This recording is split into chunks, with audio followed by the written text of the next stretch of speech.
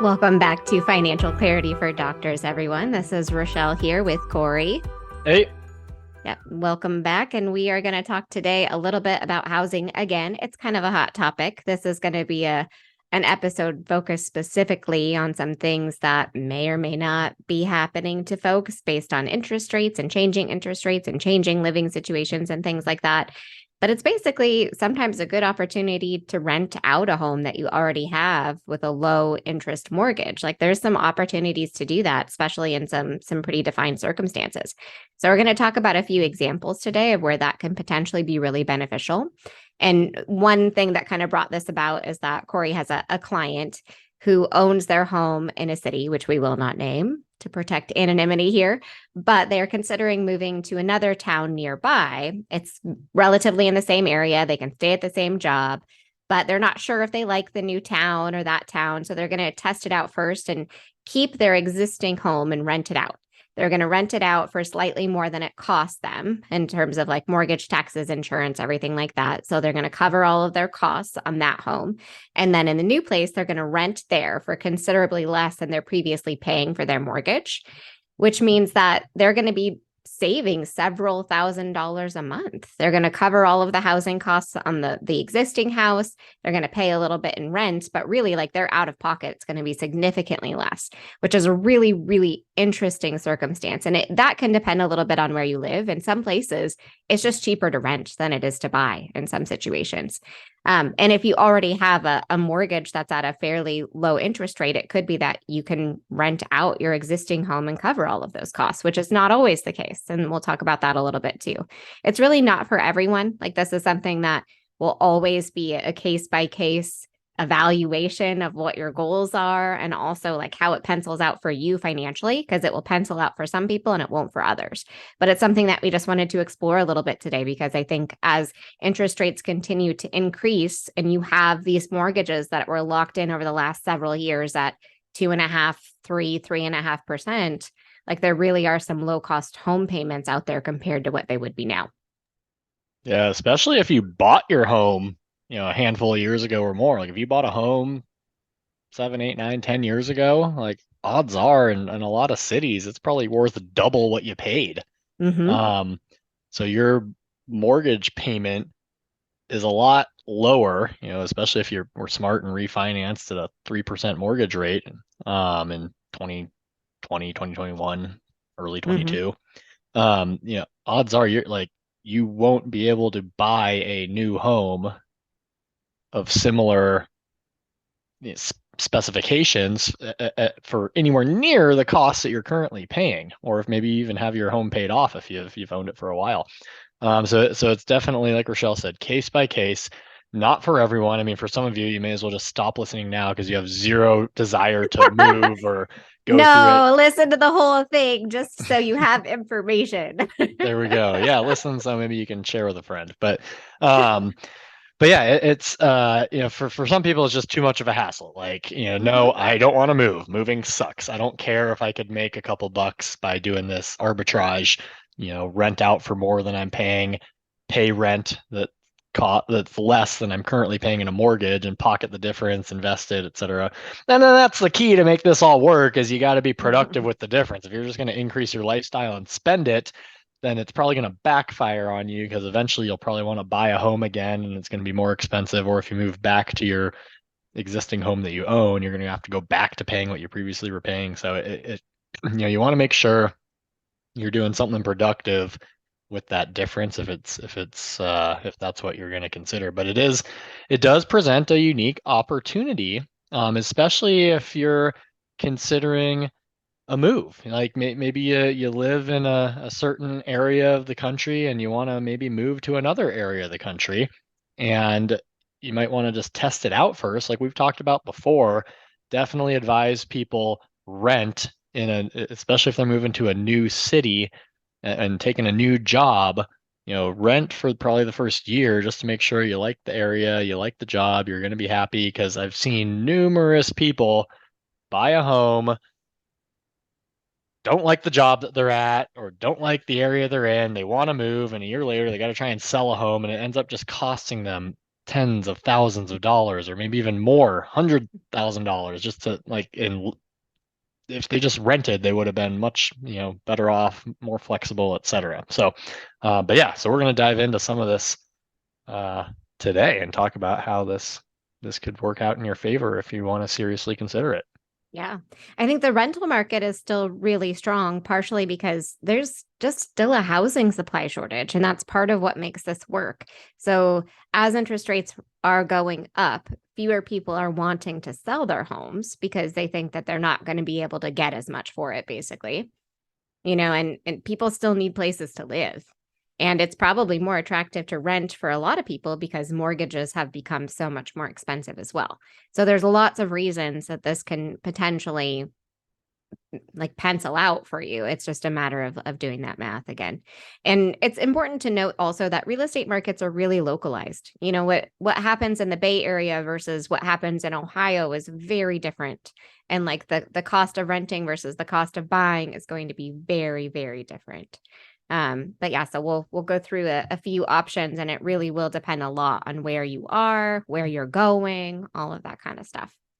I think we have one example here to just start with, but there is a website called Smart Asset that has a lot of different resources, but there's one that does like a price to rent ratio in the 50 largest cities in the United States, which is kind of helpful.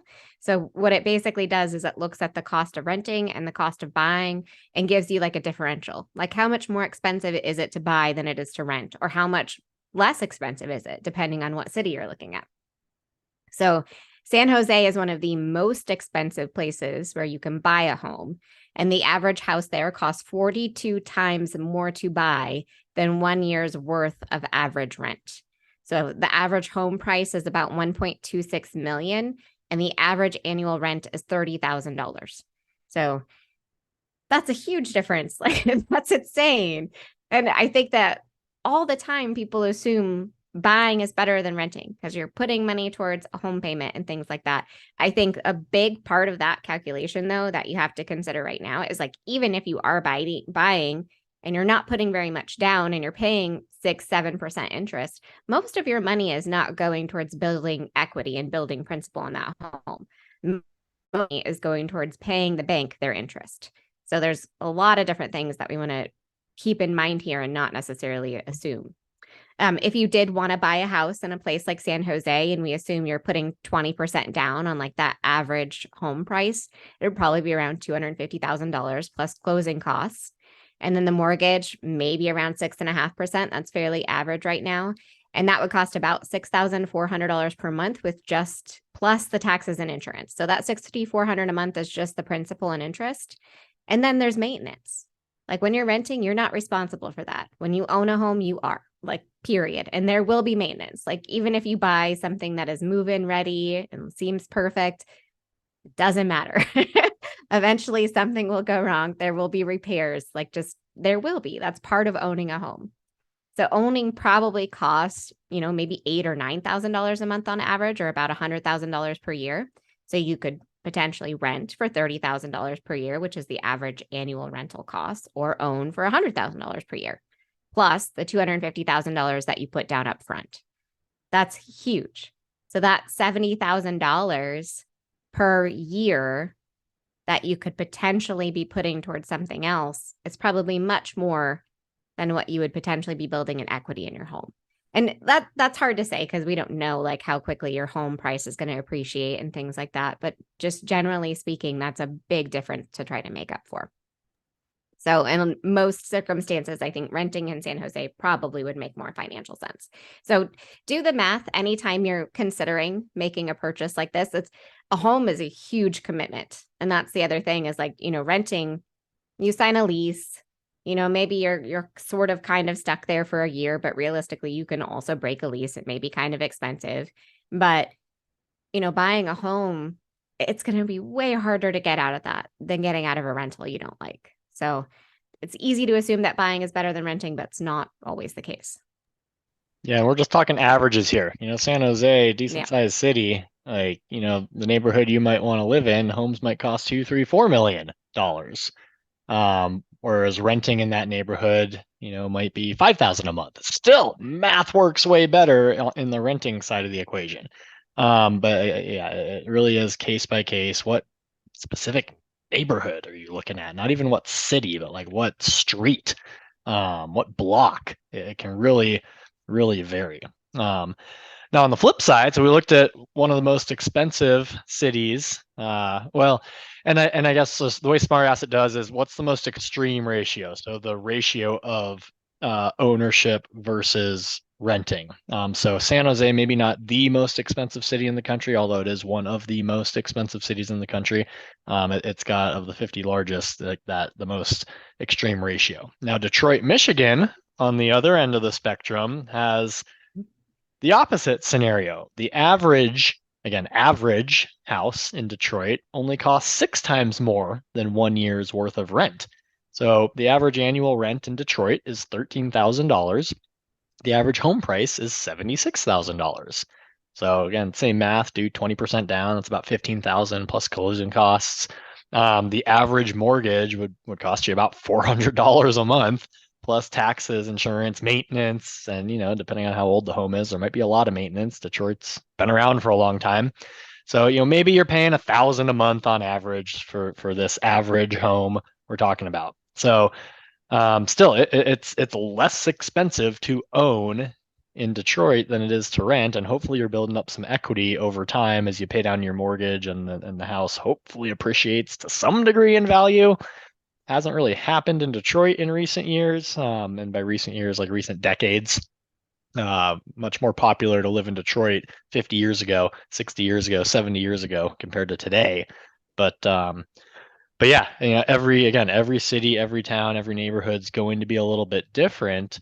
And I think we've talked about before, but when if you're looking at moving to a new city or any area, even if you live in a city, buy versus rent, crunch the numbers. Yeah, we're conditioned as Americans to want to be homeowners. We feel like like society has told us in order to be a successful adult, you have to own your home. Not necessarily true. The financials may not pencil out to own your home. In some cities, it makes way more sense to be a renter financially. Yeah, there's the emotional aspect of owning, but renting might make a lot more financial sense. In Detroit, probably not the case. Probably makes more sense to buy. And then if you leave Detroit, you could turn your house into a rental and probably make more money than it's costing you. So Yep. I think you get a real like intergenerational divide here too, because a lot of the clients that I talk to who are very kind of pro, like, I need to buy a place, it's their parents. It's like their parents being like, you're throwing money away on rent. Why don't you buy something? Why don't you buy something? You're throwing money away on rent.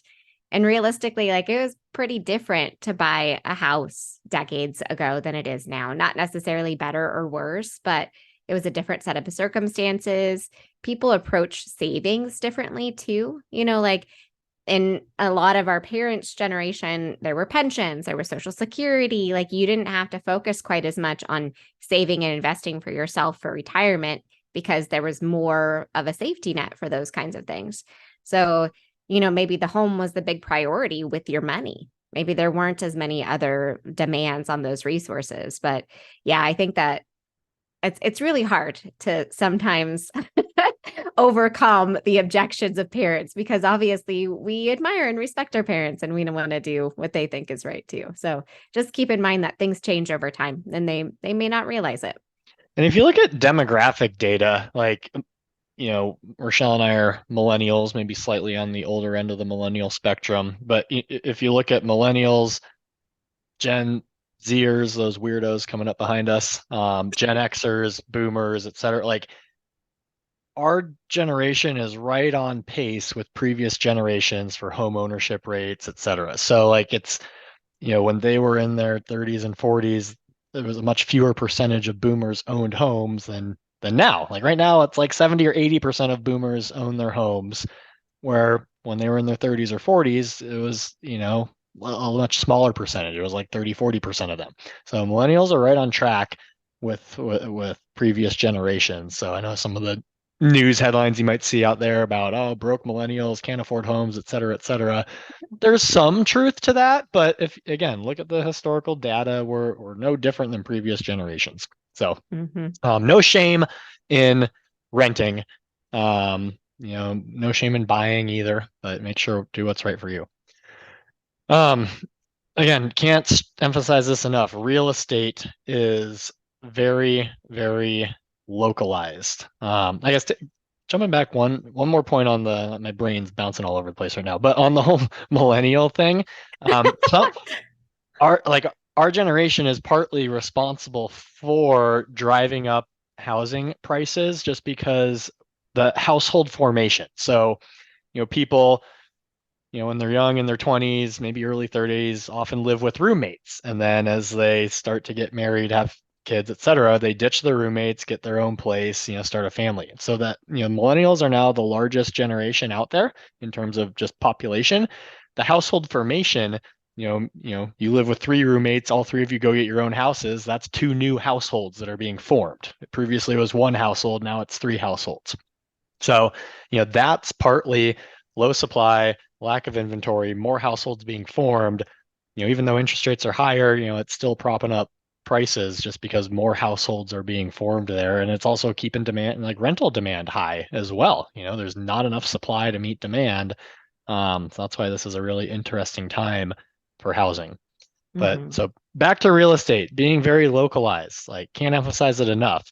Everyone knows in their own city and town that they live in, here's a nice neighborhood.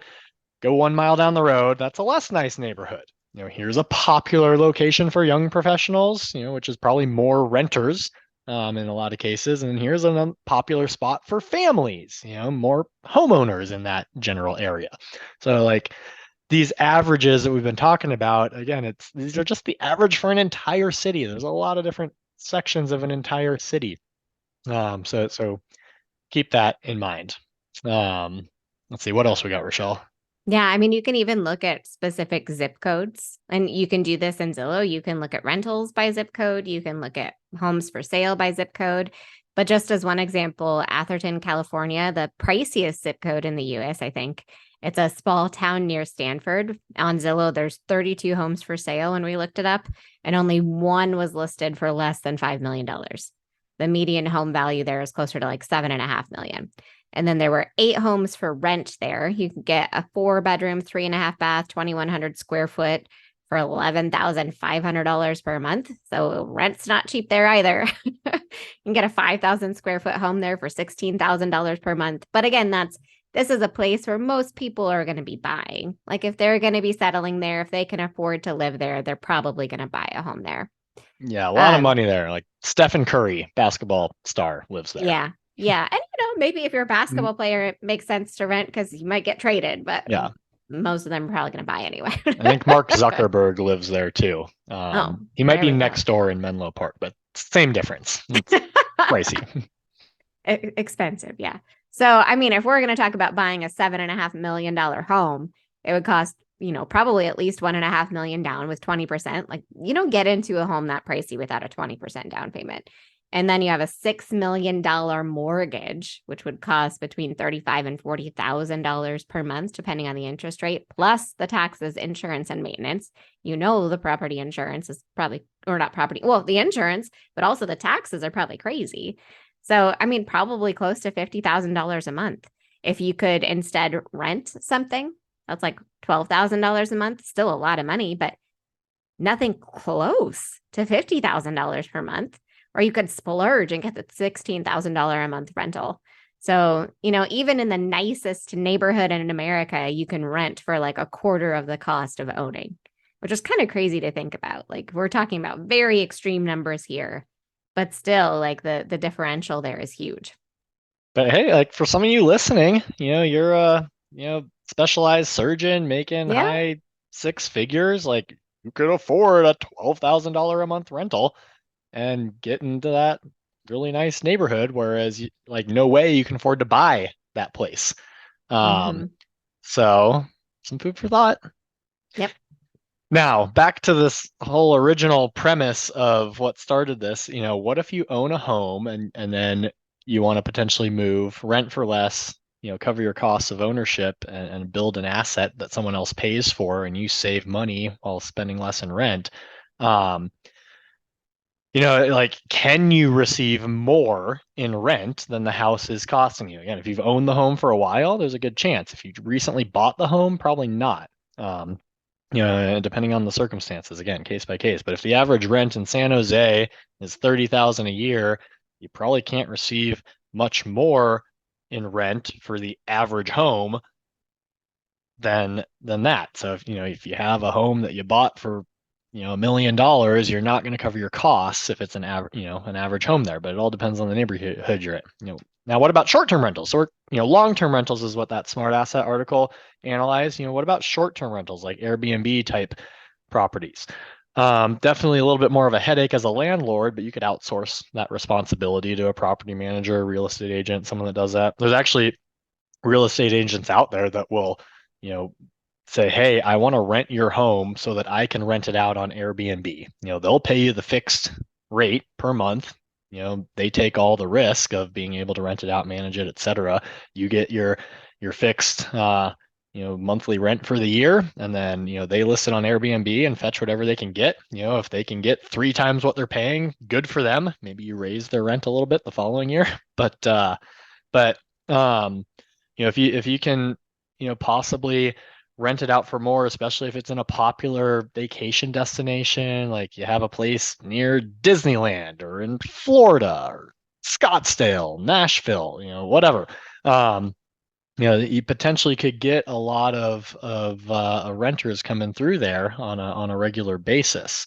Airbnb is also challenging right now. A lot of people bought up properties during the pandemic to turn into Airbnbs, so that market is somewhat saturated.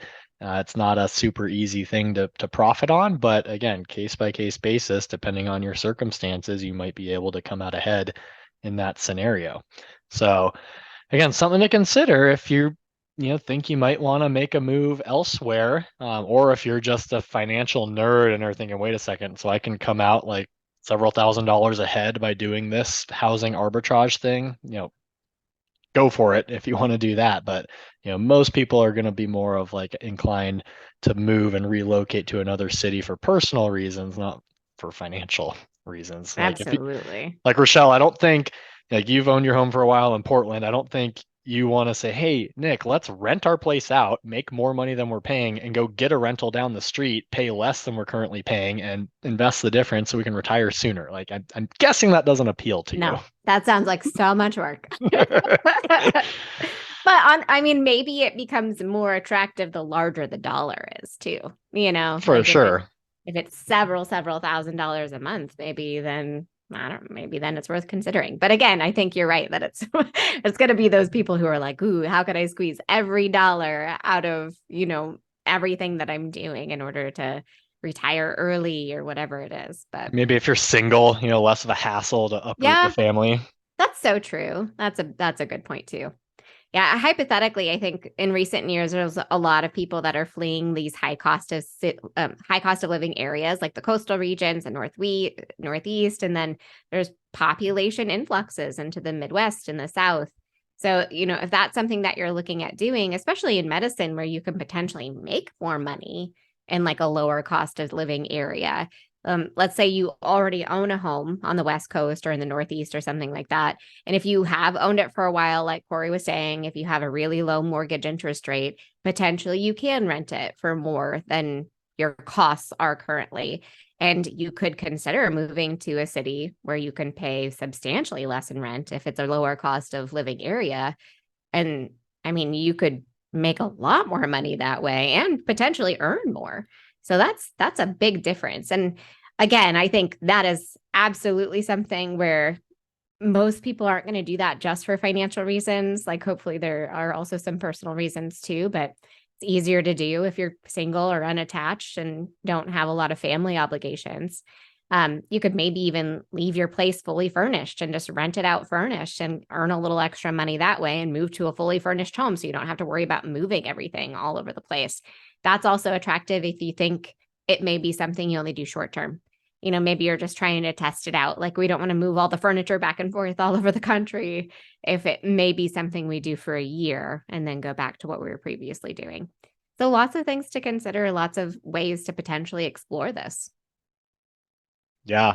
Absolutely. And I mean, going back to that example, you have a home in the Northeast, West Coast, you want to move to, you know, Texas, Tennessee, North Carolina, somewhere, popular places, growing places, but still a lot less expensive than the coasts. Taxes are less in some of those areas too.